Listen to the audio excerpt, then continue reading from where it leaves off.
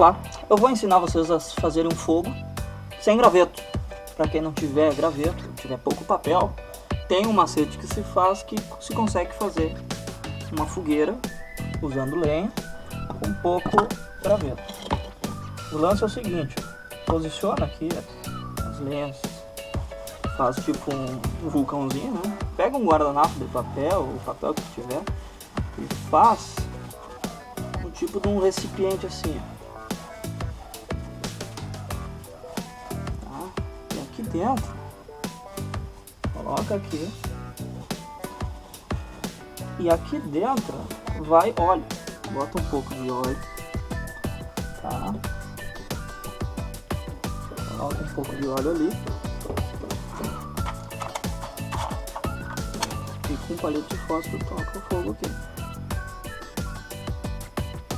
Tá? E agora deixa ele queimar.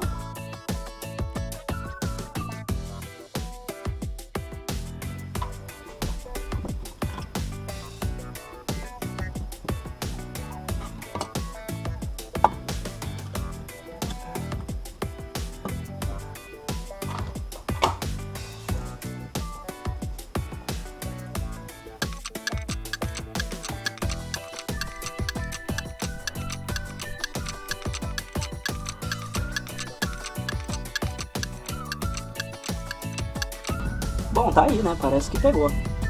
Então é isso, não tinha graveto nesse fogo. E bem fácil, tendo um pouquinho de azeite, um papelzinho já é suficiente para te conseguir acender. Não importa o tamanho da lenha que tu estiver usando. E é isso aí. Valeu!